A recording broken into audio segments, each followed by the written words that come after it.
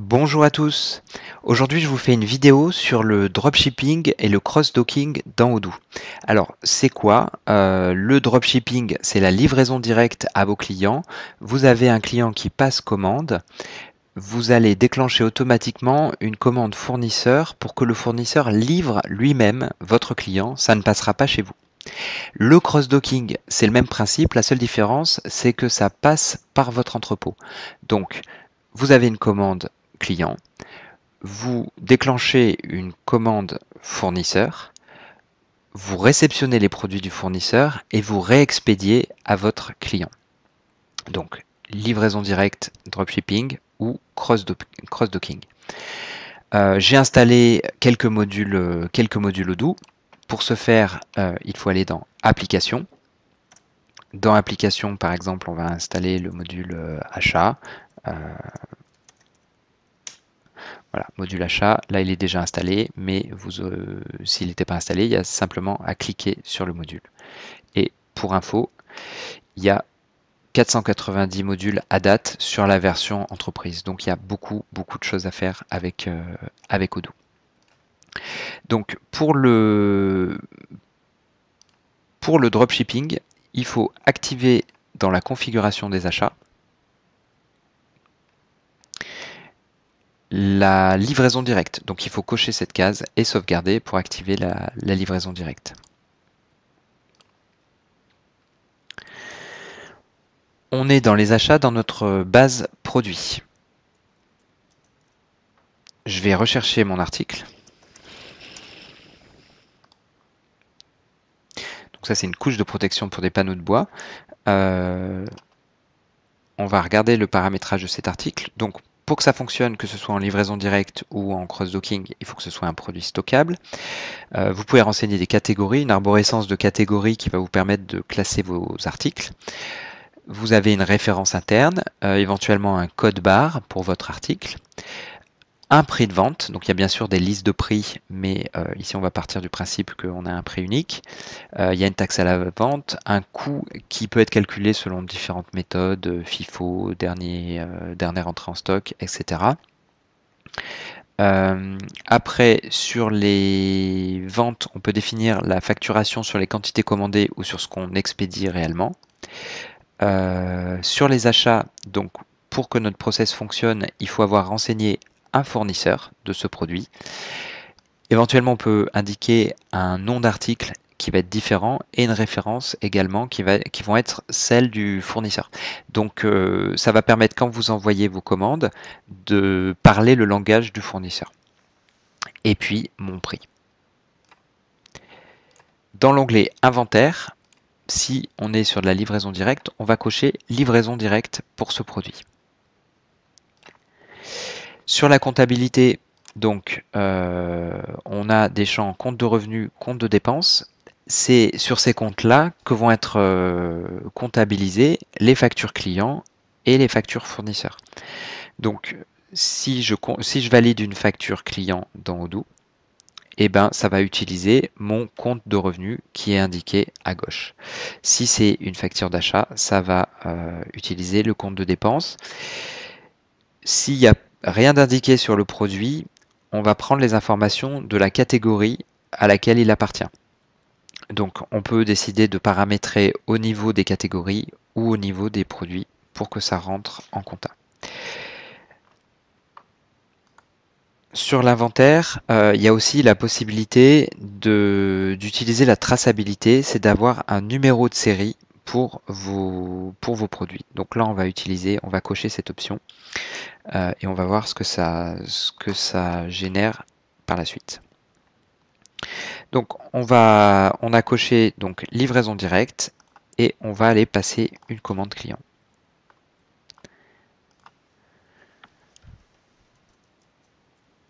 Je crée ma commande client. J'indique mon article. Ça me récupère les informations prix, etc., la taxe. Et je vais confirmer ma commande. On est sur la commande 45. Je vais sur les achats. Et là, je vois que j'ai une commande d'achat, le PO14, qui a été créée d'après ma commande 45. Donc ça va me permettre de servir ma commande 45. Je confirme cette commande et ça me crée un bon d'expédition. Ce bon d'expédition, c'est de la livraison directe. Donc si j'imprime le bon de livraison,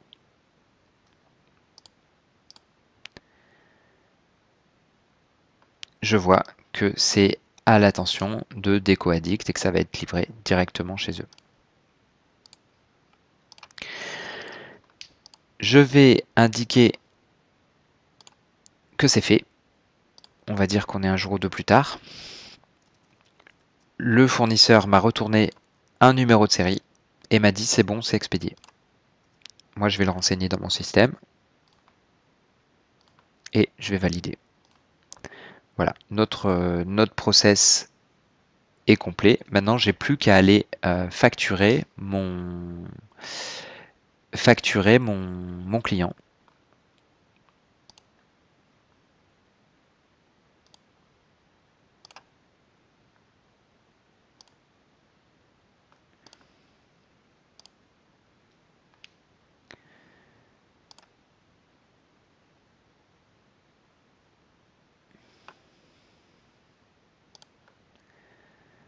Je vais renseigner la date.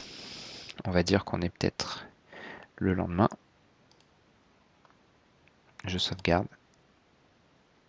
et je valide. Voilà pour la partie livraison directe, dropshipping. Maintenant, on va revenir sur notre même article. Donc cette fois-ci, je suis sur la partie vente, mais je peux également accéder à ma base produit. Et donc dans l'onglet inventaire, je vais choisir les options approvisionner à la commande et acheter.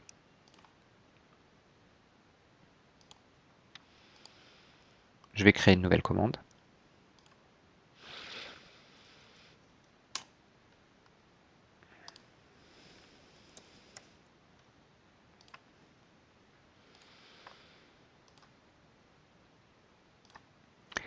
Et je vais confirmer. Voilà, cette fois-ci, j'attends le produit dans mon stock pour pouvoir expédier au client. Donc sur ma commande, j'ai un lien vers un bon d'expédition qui est en attente d'une autre opération. Et oui, effectivement, j'attends que mon fournisseur me livre les produits pour servir ma commande 46. Dans Achat, je vois que j'ai un bon de commande qui a été créé pour la commande 46. Je vais confirmer la commande. Pareil que tout à l'heure, j'ai un BL en attente. Je vais indiquer le numéro de série quand je le réceptionne. Et je vais valider la réception.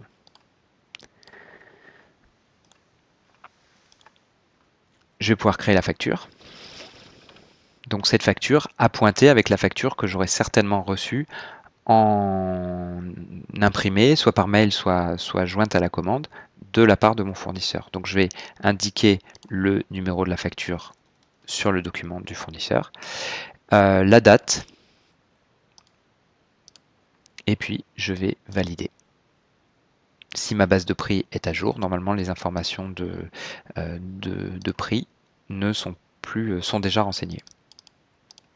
Puis le jour où je vais régler, mettons que je règle le mois suivant, fin de mois,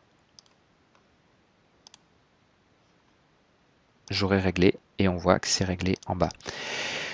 Donc ça c'est pour ma partie commande d'achat. J'ai passé ma commande, j'ai fait ma facture, etc.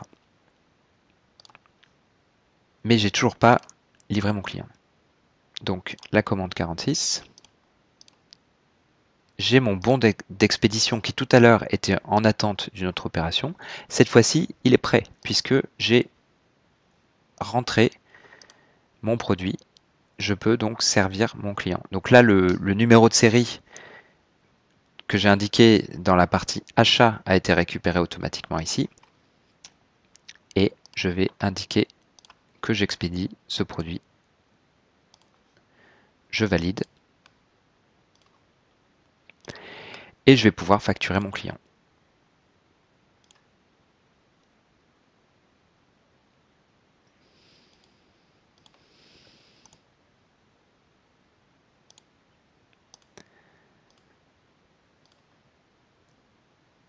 C'est rentré en compta.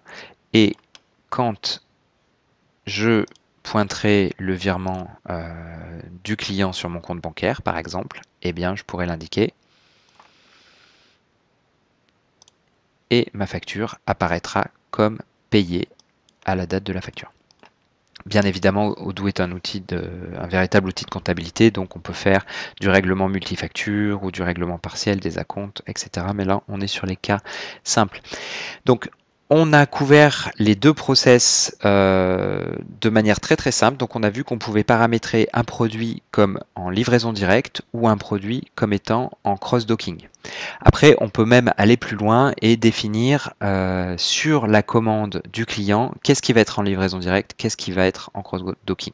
Mais pour l'instant, on va s'arrêter sur les cas simples. Donc, c'est juste une case à cocher sur le produit pour indiquer si on est en livraison directe ou si on est en cross-docking.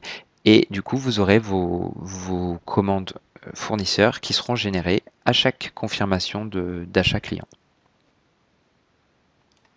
Alors, ce qui est intéressant, c'est que j'avais coché tout à l'heure l'option numéro de série et j'ai renseigné à chaque fois, à chaque mouvement de stock, le numéro de série du produit qui était en train de bouger. Et ça me sert à quoi? Ça me sert à faire un rapport de traçabilité. Je peux voir que donc ce produit est passé de chez le fournisseur à chez moi à telle date et qu'il a été ensuite expédié chez le client à telle date. Je peux aller dans ma base, dans inventaire. Je peux aller sur mon produit.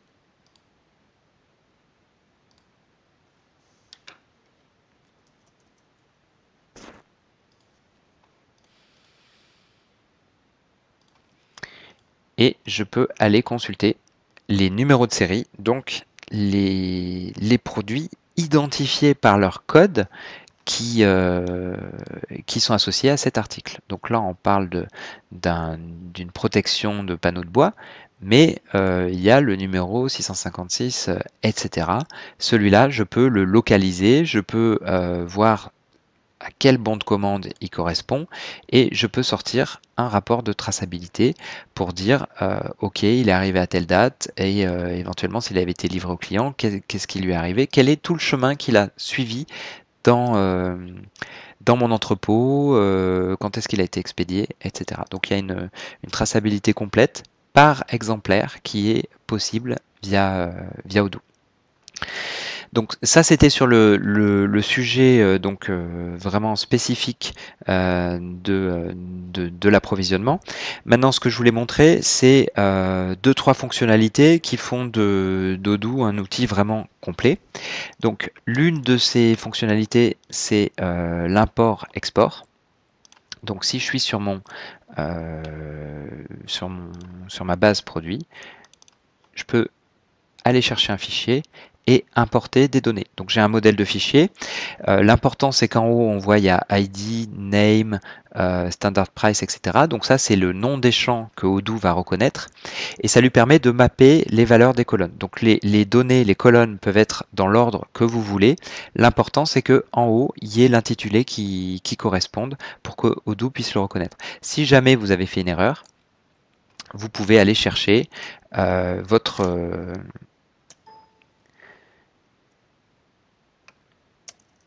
votre nom de champ ici, comme ça pour le mapper à la volée.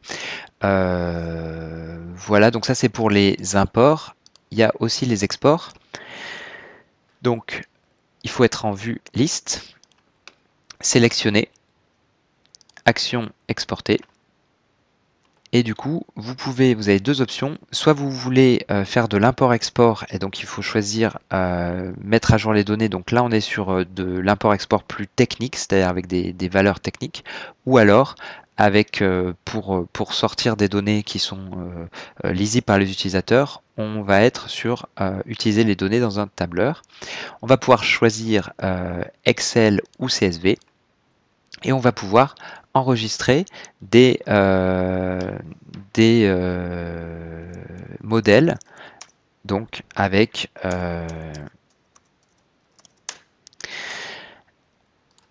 l'ordre des champs, etc. Si j'ai envie de déplacer vers le bas, catégorie d'articles, etc. Quantité en stock, je veux la supprimer. Et du coup, j'ai mon modèle que je peux enregistrer et je peux exporter mon fichier.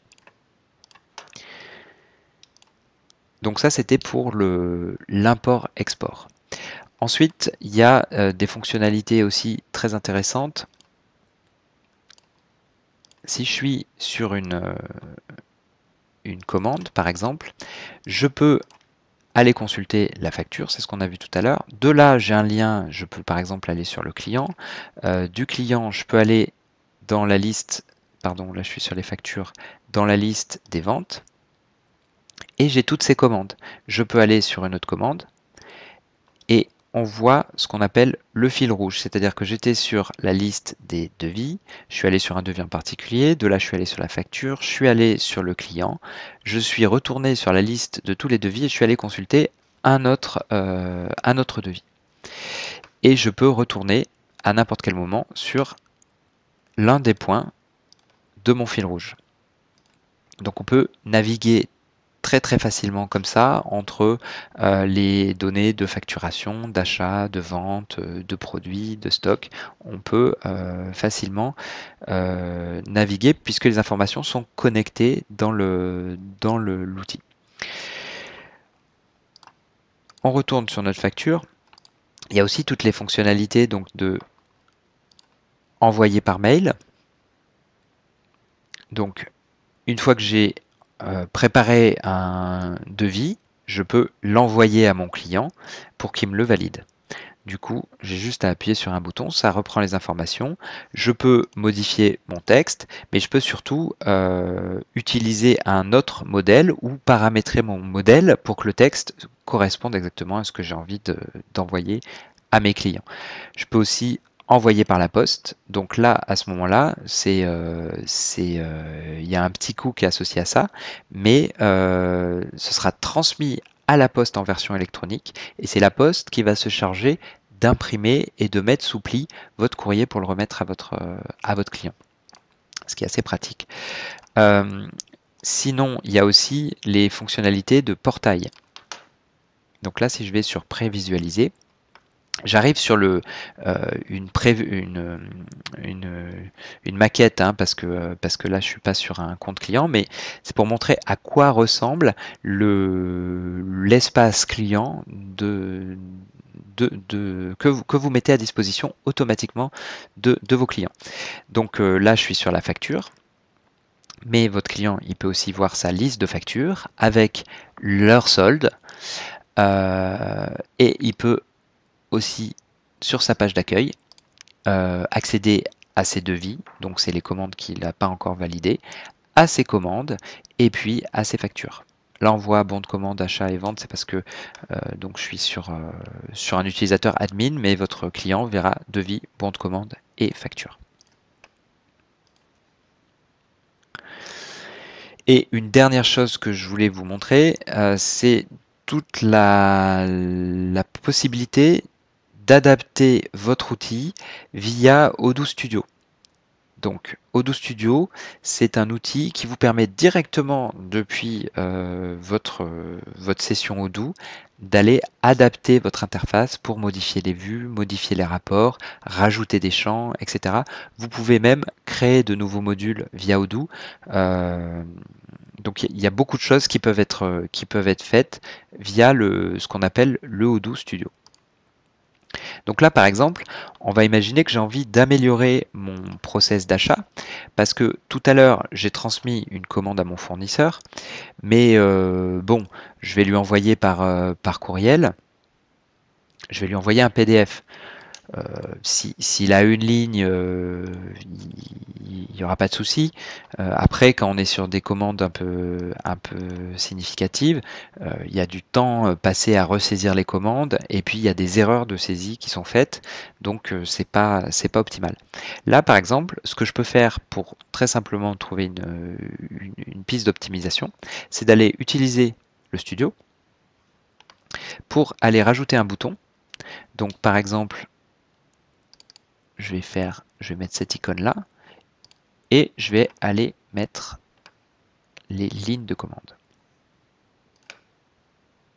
Donc j'ai rajouté un bouton. J'ai pas mis de libellé. En fait, ça se gère via les traductions. C'est aussi ça se traduit dans l'application. Donc j'ai rajouté mon bouton. Quelle est l'idée derrière ce bouton? C'est que ici j'ai mes lignes de commande. Donc j'en ai une, mais je pourrais en avoir des milliers. Et pour l'exporter, là, c'est possible, mais c'est pas l'idéal. Donc, qu'est-ce que je fais? J'ai créé mon bouton où j'ai une vue liste de mes lignes, ce qui me permet facilement d'aller faire exporter, d'aller définir un modèle de détail commande, et je vais pouvoir exporter mon fichier Excel pour l'envoyer par mail à mon fournisseur. Donc, c'est une idée de ce que Odoo Studio peut vous permettre de faire pour simplement, sans aucun développement, aller adapter exactement à votre besoin votre outil. Donc là, j'ai rajouté un bouton, mais je peux rajouter des champs, je peux réorganiser, etc. mes vues, et tout ça, rajouter des onglets, tout ça sans avoir besoin de passer par un développeur. Voilà pour la vidéo du jour. Plein d'autres vidéos à venir. Abonnez-vous sur ma page YouTube. Au revoir.